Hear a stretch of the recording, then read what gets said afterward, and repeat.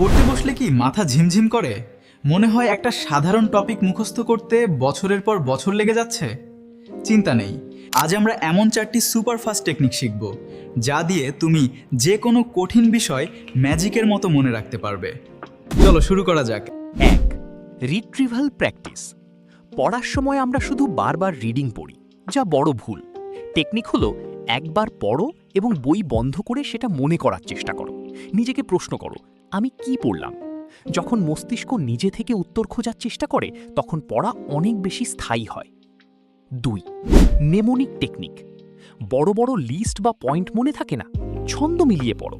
যেমন বিজ্ঞানের পর্যায় সারণী বা ইতিহাসের সালগুলো মজার কোনো বাক্যে রূপান্তর করে নাও। আজগুবি বা হাসি খুশি কোনো গল্পের মাধ্যমে মুখস্থ করলে মস্তিষ্ক সেটা সহজে ডিলিট করতে পারে না। 3. Feynman technique.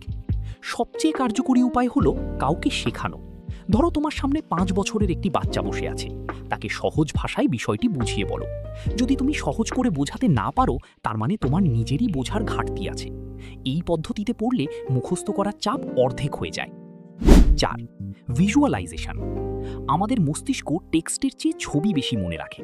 যা পড়ছো তা সিনেমার মতো চোখের সামনে কল্পনা করো। বড় প্যারাগ্রাফ মুখস্থ না করে ছোট ছোট ডায়াগ্রাম বা মাইন্ড ম্যাপ তৈরি করো। এক পাতার পড়া তখন একটা ছবির মতো মনে গেঁথে যাবে। এই টেকনিকগুলো তোমার এসএসসি পরীক্ষার প্রস্তুতিকে আরও সহজ করে তুলবে। এর মধ্যে তোমার ফেভারিট কোনটি? কমেন্টে জানাও। আর পড়াশোনার এমন আরও স্মার্ট টিপস পেতে সাবস্ক্রাইব করো মেধাবীট বিডি। Best of luck.